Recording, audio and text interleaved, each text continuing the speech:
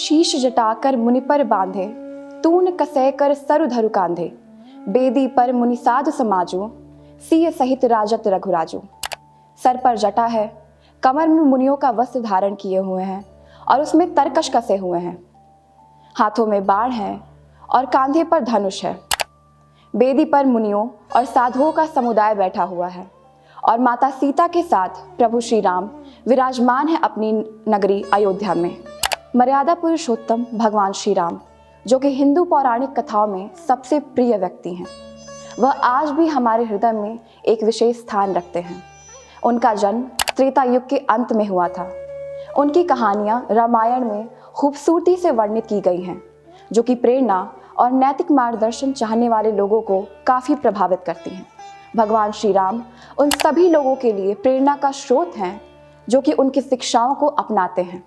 नमस्कार, मैं सिमरन पांडे और मैं सांझ स्वागत करते हैं आपका द कम्युनिकेटर्स की इस विशेष पेशकश में, जिसमें हम बात करेंगे 6 दिसंबर 1992 की उस घटना के बारे में जिसने भारतीय इतिहास के साथ साथ वर्तमान को भी बदल दिया। प्रभु श्री राम की जन्मभूमि अयोध्या ऐतिहासिक और धार्मिक दोनों ही दृष्टिकोणों से महत्वपूर्ण है। इस शहर के गौरवशाली इतिहास ने न जाने कितनी कहानियों को अपने अंदर दबा कर रखा है, लेकिन सद्भावना और भाईचारे की ईंटों से बने इस शहर की दीवार पर आज भी चोट के निशान पाए जाते हैं। श्री राम जन्मभूमि अयोध्या कई सौ साल से विवाद का केंद्र बना रहा है।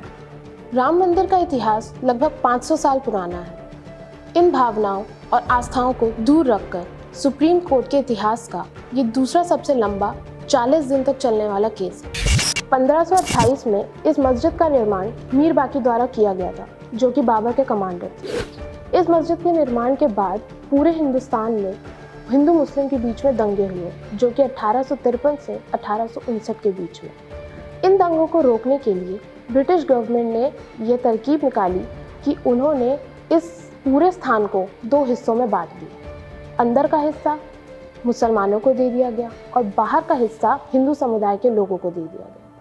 1885 में इस मामले को पहली बार कोर्ट में लाया। आज़ादी के बाद 23 दिसंबर 1949 में फिर से यह केस उभर के आया, जब मूर्तियों को मस्जिद में रख दिया गया। इस घटना के बाद सरकार के द्वारा उस पूरे स्थान पर बैन लगा दिया गया। इस बैन को हटाने के लिए भी बहुत से सिविल केसेस फाइल हुए, जैसे कि 1950 में महंत श्री रामचंद्र जी द्वारा राइट टू वर्शिप का केस फाइल हुआ। फिर 1959 में निर्मोही अखाड़े का केस फाइल हुआ। 1990 में भाजपा के वरिष्ठ नेता श्री लाल कृष्ण आडवाणी जी के द्वारा गुजरात के सोमनाथ से लेकर अयोध्या तक रथ यात्रा निकाली गई। इस रथ यात्रा का बहुत ही बड़ा असर हुआ और पूरे देश में हालात बिगड़ते चले गए। उसके बाद श्री लाल कृष्ण आडवाणी जी को बिहार के सरकार ने गिरफ्तार कर लिया। 6 दिसंबर 1992 में हजारों की संख्या में कार सेवकों ने अयोध्या आकर उस मस्जिद को तोड़ दिया और उसकी जगह एक अस्थायी राम मंदिर का निर्माण कर दिया गया। 2002 में अटल बिहारी वाजपेयी जी ने अयोध्या विभाग का निर्माण किया, जिसका मुख्य उद्देश्य था दोनों पक्षों के बीच में समझौता करवाना। फिर अप्रैल 2002 में इलाहाबाद हाई कोर्ट ने 3 जजेस की टीम बनवाई। एएसआई का ये कहना है कि वहाँ 12वीं सदी में एक राम मंदिर हुआ करता था, जिसको तुड़वाकर बाबरी मस्जिद का निर्माण किया गया था। सारे सबूतों और रिपोर्ट्स को मद्देनजर रखते हुए इलाहाबाद हाई कोर्ट के लखनऊ बेंच ने 30 सितंबर 2010 को एक ऐतिहासिक जजमेंट डिलीवर किया। उस पूरे डिस्प्यूटेड एरिया को 3 भागों में विभाजित कर दिया गया। राम मंदिर का हिस्सा गया रामलला विराजमान को, सीता रसोई भंडारा और राम चबूतरे का हिस्सा गया निर्मोही अखाड़े को, और बचा हुआ हिस्सा गया सुन्नी वक्फ बोर्ड को।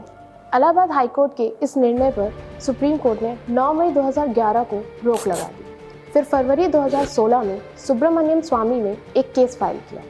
9 नवंबर 2019 में सारे तथ्यों के आधार पर सुप्रीम कोर्ट ने एक फैसला लिया कि बाबरी मस्जिद का 2.8 एकड़ का हिस्सा रामलला विराजमान को दे दिया जाएगा और केंद्रीय सरकार द्वारा 5 एकड़ का हिस्सा सुन्नी सेंट्रल बोर्ड को दिया जाएगा।